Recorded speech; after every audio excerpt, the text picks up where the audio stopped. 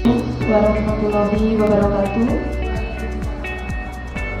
Saya sampaikan puji syukur atas kehadiran Allah Subhanahu wa Ta'ala, di mana pada pagi hari ini kita bisa berkumpul di sini, bertemu dalam pendampingan CGP tahap kedua nih. Di sini saya sampaikan selamat datang Bu Reji selaku pengajar praktek. Kemudian saya sampaikan juga terima kasih kepada Bu Binti Solehah selaku Bapak Kurikulum di SLB Mutiara Kasih, dan rekan-rekan guru yang saya hormati. Terima kasih atas kesediaan waktu pada hari ini, sudah berkenan untuk hadir di tengah-tengah kita dalam rangka pendampingan kedua CGP. Saya atas nama Purwininggo SDG dari SLB Mutiara Kasih. Bu Reji, langsung saya untuk mempresentasikan dari yang sudah saya siapkan. Terima kasih. Sini berdiri. Bapak Ibu, di sini saya akan menayangkan slide terkait dengan CGP yang sudah saya pelajari di modul 1.2 dan 1.3. Nah, di sini saya perkenalkan, saya memiliki fasilitator yaitu Ibu Sumani, yang saya juga didampingi oleh pengajar praktek Ibu Reji Fatihatul Rizki yang berada di tengah-tengah kita hari ini. Saya selaku CGP angkatan 11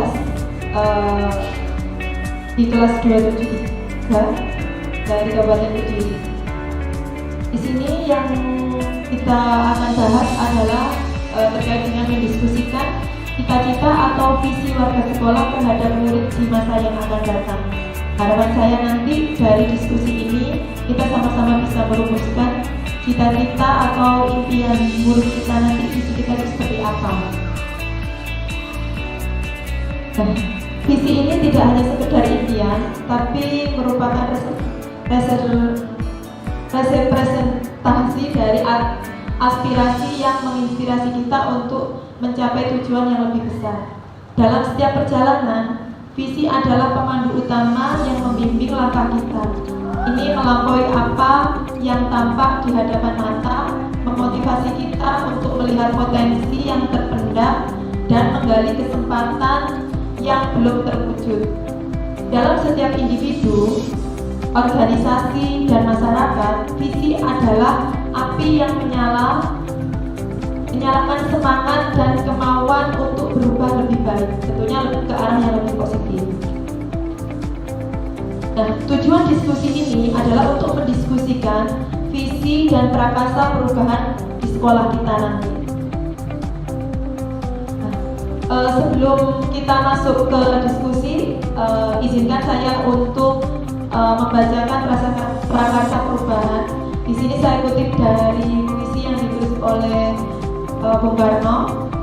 Nah, ini adalah salah satunya. Ada saja, jikalau aku berdiri di pantai relief, aku mendengar lautan Hindia bergelora membanting di pantai relief itu. Aku mendengar lagu sajak Indonesia.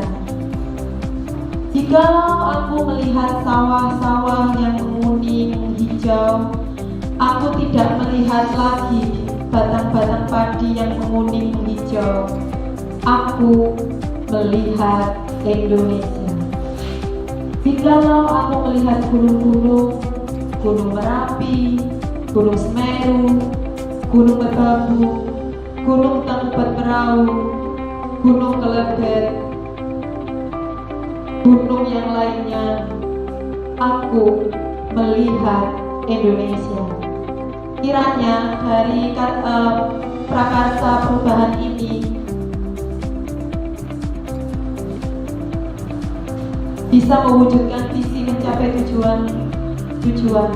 Nah, yang pertama prakarsa perubahan adalah masalah atau menuju atasi atau untuk diselesaikan. Jadi ketika timbul masalah, kita atasi atau kita selesaikan. Kemudian upaya artinya adalah mencari dan mengatasi masalah. Yang ketiga, perspektif, pasti ada satu masalah. Nah, yang keempat, fokus mencari kelemahan dalam sisi tersebut atau dalam masalah tersebut.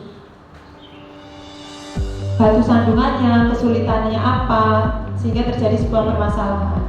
Kemudian pengalaman emosi negatifnya. Nah, untuk mewujudkan apa? Upaya ini untuk mewujudkan identifikasi, apresiasi, selidik kekuatan dan potensi aset. Perspektifnya pasti ada. Jadi persepsi pasti ada satu masalah dan pasti ada solusi pemecahannya nanti. Terus kemudian fokusnya kita mencari kelemahan dalam sistem yang sudah ada, itu permasalahan, kesulitan dan sandungan apa yang ada. Kemudian kekuatan, kita fokus pada kekuatan atau potensi aset dalam sistem tersebut, termasuk semangat gotong royong, masalah atau tantangan sebagai batu loncatan itu bisa kita selesaikan dengan cara yang seperti apa. Kita fokus pada kekuatan dan potensi aset yang ada. Kemudian pengalaman emosi, kita ambil sisi positif dan sisi bahagianya. Kekuatan visi, harapan atau doa. Kekuatan visi itu semacam harapan atau kekuatan doa. Jika kita melangkah jauh, maka visi yang harus bersifat, visi ini harus bersifat menyemangati, menguatkan kita bersama, menggerakkan hati dan berkolaborasi, sehingga mampu menguatkan kita harus melangkah maju. Prakarsa perubahannya adalah bukan pula judul kegiatan. Jadi merupakan slogan, bukan judul kegiatan. Di prakarsa perubahan ditulis di sini. Saya ingin menyampaikan ke panjenengan, saya bagikan footnote ke jenengan, nanti silakan ditulis di situ. Yang pertama adalah kalimat yang rumpang yang saya sampaikan adalah kita memimpikan murid yang seperti apa. Silakan nanti ditulis. Setelah ditulis nanti bisa ditempel di depan. Itu pertanyaan pertama, gitu. Kita mau memimpikan murid-murid kita itu yang seperti apa. Kemudian yang kedua, kita percaya bahwa murid sekolah kita itu titik-titik apa nantinya. Nah itu. Yang ketiga, di sekolah kita mengutamakan titik-titik apa yang mau di. Nah itu nanti untuk kita buat, kita susun sebagai visi misi. Jadi yang kelima, kita warga di sekolah ini yakin untuk titik-titik. Nah yang keenam, kita dan warga sekolah ini paham bahwa titik-titik.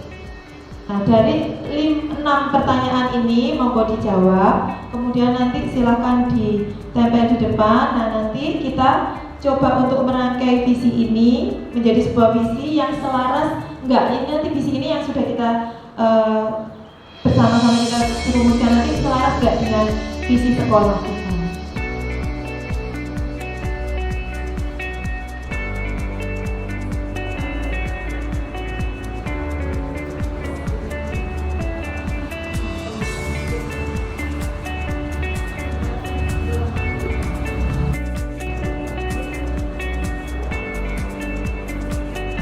Baik, di sini saya bagikan footnote ke panjenengan.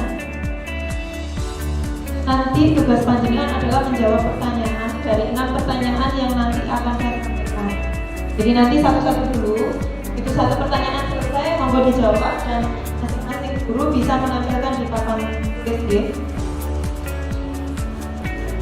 Pertanyaan yang pertama adalah kita sebagai seorang guru memimpikan murid-murid kita yang titik-titik, yang seperti apa nantinya.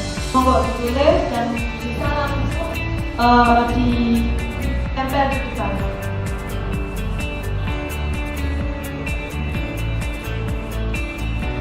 Nanti ada 6 gitu, ada 6 pertanyaan.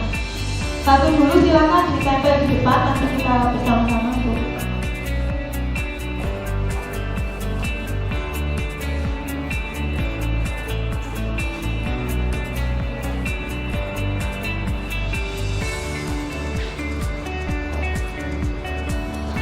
Bisa ditulis namanya, mungkin nanti kita bisa konfirmasi dari sana.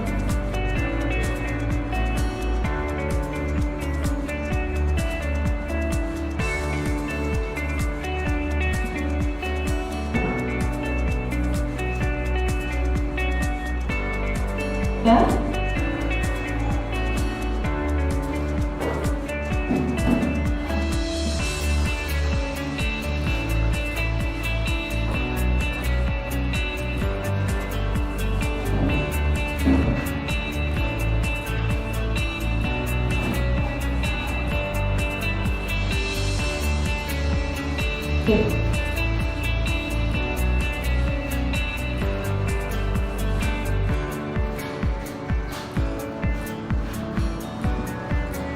Ya, bisa kita baca ya Bu ya, bareng-bareng. Ini ada Bu Binti.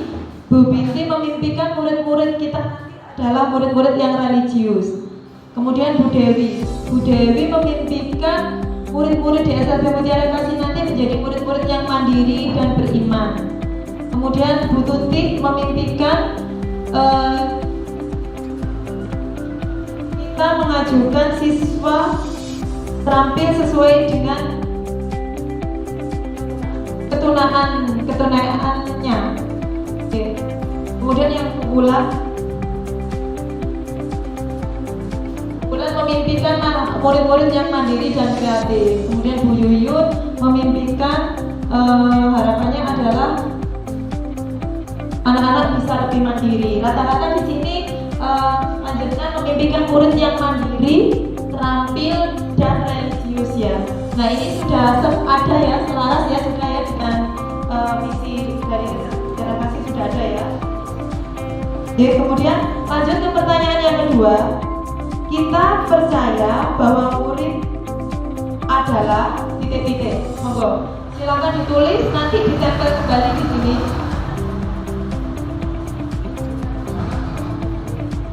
Kita percaya bahwa murid kita adalah titik-titik.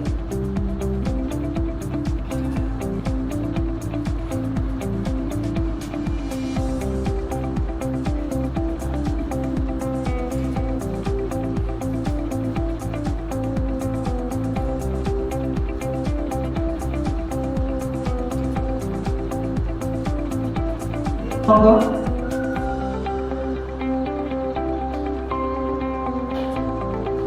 Monggo ditempel.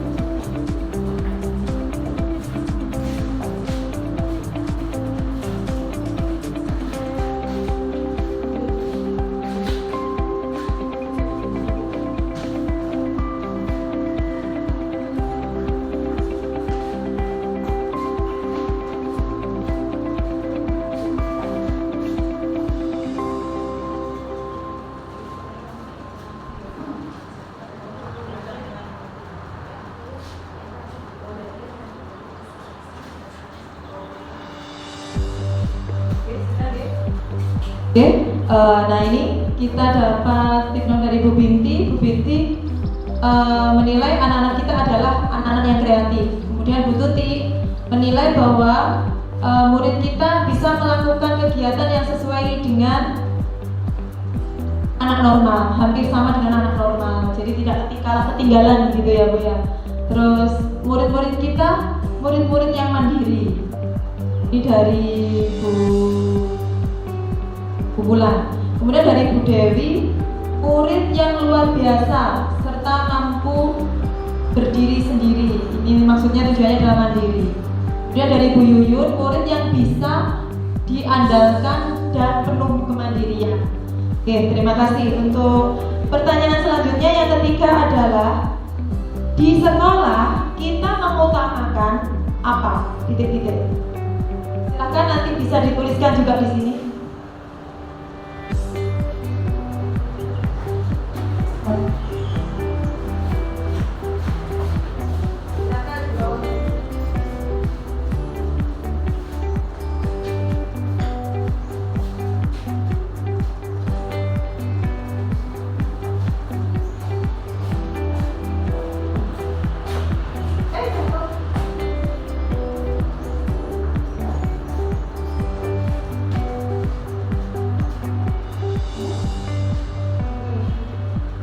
Monggo, sudah?